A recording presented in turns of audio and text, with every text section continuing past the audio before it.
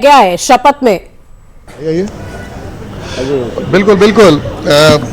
कैसा लग रहा है आज का दिन, कितना उत्साह वाला है आप लोगों के लिए? बहुत खुशी का पल है।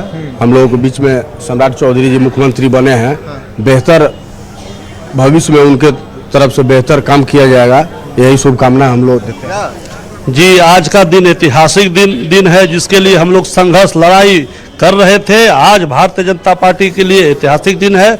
आगे बिहार में और तीव्र गति से काम हो गया। कार्यकर्ताओं का उत्साह जोश आज देखने के लिए मिल रहा है। तो में काफी उत्साह दिख रहा है ना? जो हम लोग जो जय श्री राम के नारों के साथ जो आए थे, आज भारतीय जनता पार्टी ने वो स्थापित कर दिया है। माननीय सम्राट जी का बनना हम सभी कार्यकर्ताओं के लिए गर्व की बात है। जय जय श्री राम, जय सम्राट, जय सम्राट।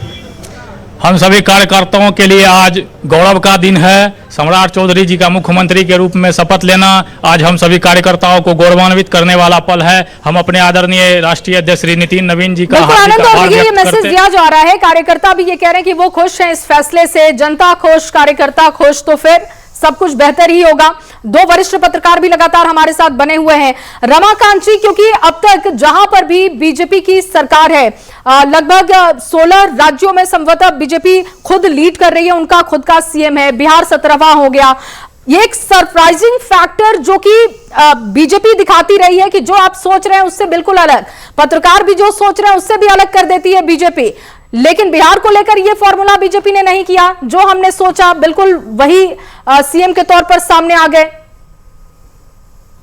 जी बिल्कुल, बिहार संभव भी नहीं था भाजपा के लिए कि वो इनकी इच्छाओं के विपरीत वो जा सके, क्योंकि सम्राट चौधरी जी ने अपने नेतृत्व के साथ में जिस ढंग से भाजपा को संघर्ष में ला करके और सत्ता की ओर ले गए। और सबसे बड़ी बात यह है कि बीजेपी की मुहिम थी कि बिहार में बीजेपी का मुख्यमंत्री हो, वहां तक अगर पहुंचे तो बीजेपी भी जानती है कि अगर हम लव कुश से अलग किसी को बनाते हैं तो जिस लव कुश के सहारे राजद सुप्रीमो लालू यादव को नीतीश कुमार जी और भाजपा और दलों ने मिलकर किया था, वो फिर वो संकट की घड़ी आ जाती। इसलिए भी सम्राट चौधरी बहुत ही मुफीद थे आज के वातावरण के लिए, तो इसलिए वो अलग सोच नहीं सकते थे। हालांकि उनके पास बहुत सोचने की बातें थी, ईबीसी, महिला, दलित, बहुत सारे, लेकिन तत्काल ये था कि अगर ऐसा नहीं करते तो हो सकता था कि लव कुश उनसे छिटक जाता। क्योंकि आपको याद होगा कि जातीय समीकरण का बहुत खास ख्याल रखा गया है और यही वजह है कि सम्राट चौधरी का चेहरा बतौर सीएम हम बिहार में देख रहे हैं और एक बड़ी उपलब्धि इसे बीजेपी की तरफ के लिए भी मानी जा सकती है। और देखिए, लगातार न्यूज 18 आप तक पल पल की अपडेट पहुंचा रहा है। हमने तमाम अपने वरिष्ठ पत्रकारों से बातचीत की, पार्टी की प्रतिक्रियाएं भी ली और साथ ही साथ हमारे तमाम संवाददाता लगातार हमारे साथ अलग अलग जगहों से जुड़े हुए हैं। और मेरी सहयोगी लक्ष्मी भी इस वक्त स्टूडियो से हमारे साथ हैं, आप तक आगे की जानकारी पहुंचाएंगी। और वरिष्ठ पत्रकार के लाल जी हमारे साथ जुड़े हुए हैं। के लाल जी, आज आप इस राजनीतिक बदलाव को किस तरीके से देख रहे हैं? क्योंकि देखिए, लोग कह रहे हैं कि इस तरीके से सत्ता परिवर्तन कहा जा रहा है कि बिहार में पहली बार ऐसा है जब बीजेपी का सीएम होने वाला है और राजनीति को इतनी संस्कारी होते हुए पहली बार देखा गया है कि बिहार का सीएम डिप्टी सीएम को अपना पद खुद अपने हाथों से सौंप रहा है। दरअसल ये है कि अब नीतीश कुमार के स्वास्थ्य को लेकर तरह तरह की चर्चा हो रही थी कि वो सरकार चलाने की स्थिति में नहीं है, स्वास्थ्य परमिट नहीं कर रहा है। इसलिए नीतीश कुमार के सामने दो विकल्प थे, एक तो पार्टी को संभालना, जेडीयू को संभालना। तो जेडीयू को संभालने के तौर पे एक तो ये रखे अपने बेटे को एंट्री करवाए पार्टी में, और दूसरी बात ये था कि बीजेपी के खेमे में और जेडीयू के खेमे में कुछ जेडीयू के खेमे के लोग भी जो थे वो बीजेपी के संपर्क में थे। बीजेपी में भी कुछ विक्षुब्ध लोग थे, वो एक अलग तरह का सियासी समीकरण बनाने की कोशिश में जुटे हुए थे। तो नीतीश कुमार ने इस बात का अनुमान लगाया कि यदि इस समय अगर सत्ता हम परिवर्तन नहीं करते हैं, अगर मुख्यमंत्री पद नहीं देते हैं, तो वो स्थिति, उनकी मानसिक स्थिति वैसी नहीं थी कि वो सारा कमान संभाल सकते थे।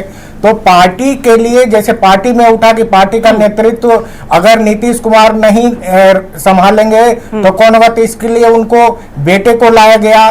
दूसरी तरफ जो दोनों पार्टियों में विक्षुब्धों की जो गतिविधि चल रही थी उस पे अंकुश लगाने के लिए सम्राट चौधरी को मुख्यमंत्री पद के देने का मन बनाया नीतीश कुमार ने, और इसी के तहत जो है मुख्यमंत्री का पद दिया गया है। ताकि केके लाल जी, पार्टी के स्तर पर भी बीजेपी का इस बार का नो सरप्राइज ही सरप्राइज था कहीं ना कहीं। और अगर थोड़ा गौर से देखें तो चुनाव के समय ही जी गृह मंत्री अमित शाह ने कहा था कि आप सम्राट चौधरी को जिताइए, मोदी जी इनको कुछ बड़ा पद देंगे, इनको बड़ा आदमी बनाएंगे, ऐसा कहा था उन्होंने अगर गौर से देखा जाए तो।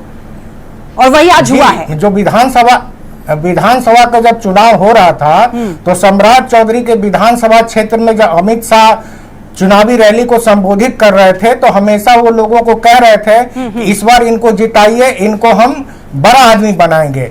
तो उस समय ही बुनियाद तय कर ली गई थी कि सम्राट चौधरी को कोई बड़ा पद दिया जाएगा और उसी समय नीतीश जी के जो विजन है और बिहार की प्रगति है वो मंजिल तक पहुंचाने का काम सम्राट जी करने का काम पूरी शिद्दत के साथ कार्यकाल जो है पूरा होगा ऐसा लगता है। पूर्ण रूप से सम्राट के साथ पूरी हम लोग सब लोग साथ हैं, मजबूती के साथ हैं, बिहार की प्रगति में हर पल में साथ रहेंगे।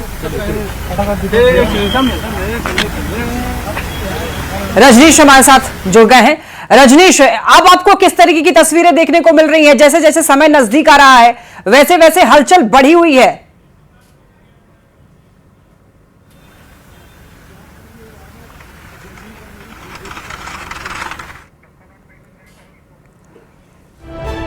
देखिए, सम्राट चौधरी के पिता लोक भवन पहुंचे हैं। इस वक्त की सबसे बड़ी खबर आप तक पहुंचा दें। सम्राट चौधरी के पिता शकुनी चौधरी लोक भवन पहुंचे हैं। परिवार के सभी सदस्य भी साथ पहुंचे हुए हैं। शकुनी चौधरी खुद काफी समय उन्होंने राजनीति को दिया है। सम्राट चौधरी के पिता लोक भवन पहुंचे हैं और देखिए, सम्राट चौधरी से ही दरअसल शकुनी चौधरी से सम्राट चौधरी को दरअसल विरासत में सियासत मिली है और इस तरीके से उन्होंने इस विरासत को सींचा कि आगे अब देखिए मुख्यमंत्री का पद उनको मिल चुका है। सम्राट चौधरी के पिता लोक भवन पहुंच गए हैं, उनके परिवार के सभी सदस्य पहुंचे हैं। जहां उनके पिता नहीं पहुंच पाए, अब वो बेटा कर दिखाया है। शकुनी चौधरी का यह सपना था कि राजनीति में बहुत आगे बढ़े, तो सम्राट चौधरी अब मुख्यमंत्री बनने जा रहे हैं। पिता के लिए भी गौरव का क्षण है।